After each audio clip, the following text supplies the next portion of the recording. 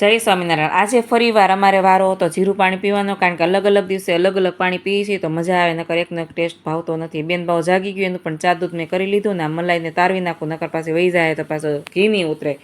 અને પછી હું અને ભૂરો નીકળી ગયા એરોબિક્સમાં, અને બહાર નીકળ્યા ત્યાં તો એકદમ મસ્ત મજાની હવા ચાલી રહી હતી, અને આ રોડ પણ અમારા નામે જ હતો કારણ કે અમારે એકની જ ગાડી હતી ત્યાં।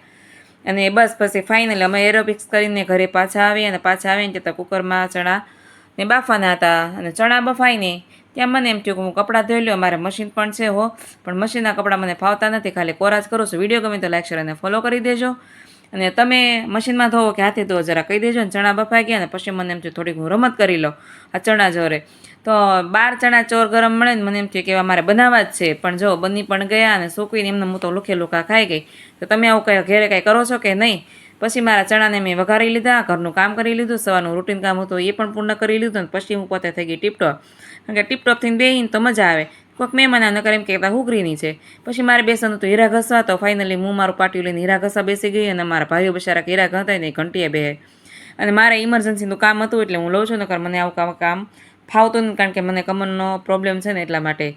તો તમે ઘરે કંઈ બિઝનેસ કરો કે નહીં જરા કમેન્ટ કરી દેજો। અને મને લાગી ગઈ ભૂખ, અને મારી મેં દેશી ચીમની ખોલી લીધી, અને મારે ખાવાની તે આજે દાળ ઢોકળી મારી ફેવરેટ છે।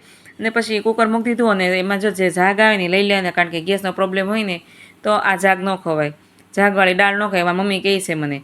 અને એમાં મગની દાળ અને કેસરી કલરની દાળ છે, એને કઈ દાળ કહેવાય ને જરા કમેન્ટમાં મને કરી દેજો, મને ભૂલાઈ ગયું છે એને કઈ દાળ કહેવાય ને એ।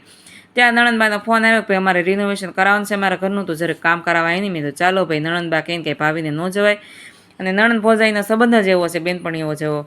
અમારે તો છે, તમારે છે કે નહીં જરા કમેન્ટ કરી દેજો ને નાનકડી એવી। અને પછી સામાન પેક કરવાનો વારો હતો, ને સામાન પણ અમે ઉપર બધો ચડાવી દીધો, અને માળીએ ચડવાનો વારો મારે હોય, અને બસ પછી ભાઈ લઈ એવો આઈસ્ક્રીમ, અને આઈસ્ક્રીમ ખાઈને અમે બહુ કરી પાર્ટી, અને અમુક તો રિહાણા તા હોતે પણ રિહાણાને રહેવા દીધા, અને મનાવવાના નહીં, એવો અમારો નિયમ છે ઘરનો। અને ભાઈ ને અમારા ભોરા સાહેબ ને બધા જો બેસી ગયા આઈસ્ક્રીમ અને ક્વોલિટી ખાવા, જેને જે ભાવતું હતું ને એ ખાતા હતા। મને તો ભાઈ આઈસ્ક્રીમ ભાવ્યું, તમને